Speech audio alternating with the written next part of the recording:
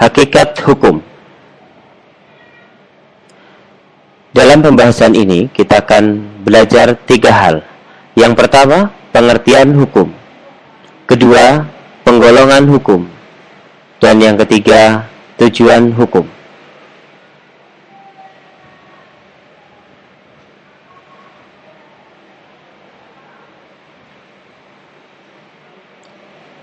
Hukum adalah aturan, tata tertib, dan kaidah hidup. Akan tetapi sampai saat ini belum ada kesepakatan yang pasti tentang bagaimana rumusan atau arti hukum yang sebenarnya. Untuk merumuskan pengertian hukum tidaklah mudah, karena hukum itu meliputi banyak segi dan bentuk, sehingga satu pengertian tidak mungkin mencakup keseluruhan segi dan bentuk hukum. Hal ini sependapat dengan pendapat dari Van Apeldoorn bahwa definisi tentang hukum adalah sangat sulit untuk dibuat, karena tidak mungkin untuk mengadakan sesuai dengan kenyataan. Akan tetapi, meskipun sulit merumuskan definisi yang baku mengenai hukum, di dalam hukum terdapat beberapa unsur agar dikatakan sebagai hukum. Di antaranya yang pertama adalah peraturan mengenai tingkah laku manusia dalam masyarakat. Seperti kita ketahui bahwa manusia adalah makhluk sosial. Oleh karena itu, pasti akan terjadi konflik di antara mereka, sehingga dibutuhkanlah sebuah aturan. Kemudian yang kedua, peraturan dibuat dan ditetapkan oleh badan resmi yang berwajib. Ini berarti bahwa peraturan hanya bisa dibuat oleh lembaga-lembaga yang berwenang.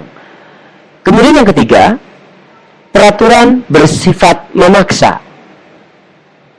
Dan yang terakhir, sanksi terhadap pelanggaran peraturan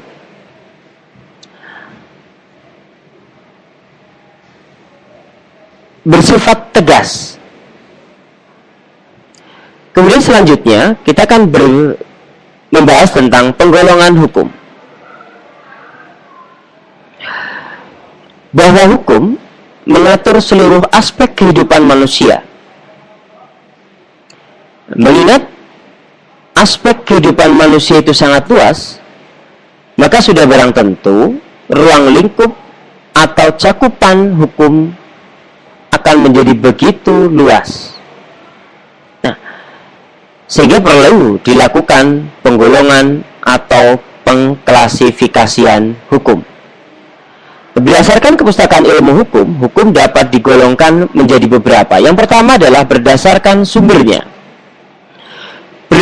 Berdasarkan sumbernya, hukum dapat dibagi menjadi yang pertama adalah hukum undang-undang, yaitu hukum yang tercantum dalam peraturan perundang-undangan. Kemudian yang kedua, hukum kebiasaan, yaitu hukum yang terletak pada peraturan kebiasaan. Yang ketiga, hukum traktat, yaitu hukum yang ditetapkan oleh negara-negara dalam suatu perjanjian. Kemudian yang terakhir adalah hukum jurisprudensi, yaitu hukum yang terbentuk karena keputusan hakim. Kemudian yang kedua, hukum berdasarkan tempat berlakunya. Nah, berdasarkan tempat berlakunya, hukum dapat dibagi menjadi yang pertama, hukum nasional, yaitu hukum yang berlaku dalam wilayah suatu negara tertentu. Yang kedua, hukum internasional, yaitu hukum yang mengatur hubungan antar negara dalam dunia internasional. Yang ketiga, hukum asing, yaitu hukum yang berlaku dalam wilayah negara lain. Dan yang terakhir, hukum gereja, yaitu kumpulan-kumpulan norma yang ditetapkan oleh gereja untuk para anggota-anggotanya. Selanjutnya, penggolongan hukum berdasarkan bentuknya. Yang pertama, yaitu hukum tertulis. Di mana hukum tertulis itu ada yang sudah dikodifikasi dan yang belum dikodifikasi. Yang kedua adalah hukum tidak tertulis, yaitu hukum yang diyakini oleh warga masyarakat serta dipatuhi tetapi tidak dibentuk dalam prosedur formal.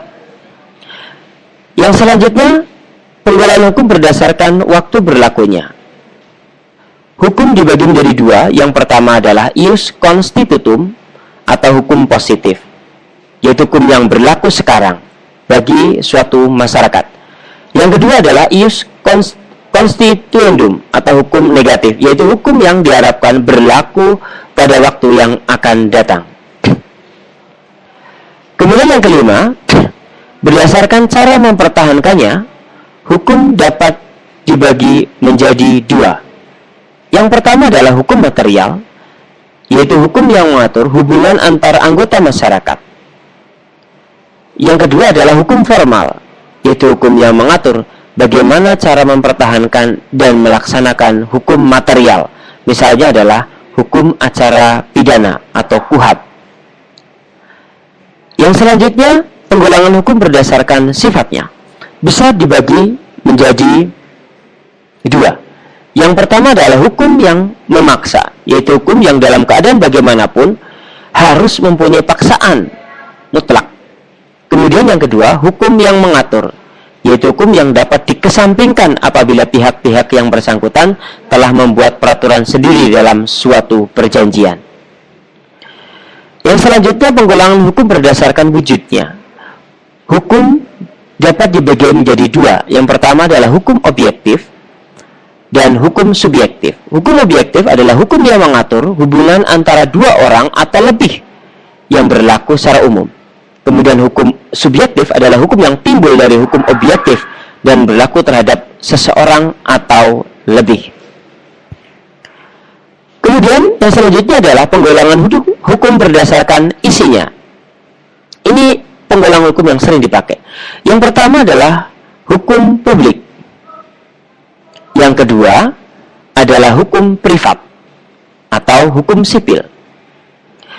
Di mana hukum publik dibagi menjadi 4. Yang pertama adalah hukum pidana, yaitu mengatur tentang pelanggaran dan kejahatan, memuat larangan dan sanksi. Yang kedua adalah hukum tata negara, yaitu mengatur hubungan antara negara dengan bagian-bagiannya.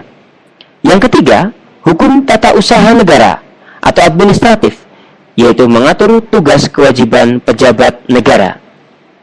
Dan yang terakhir adalah hukum internasional.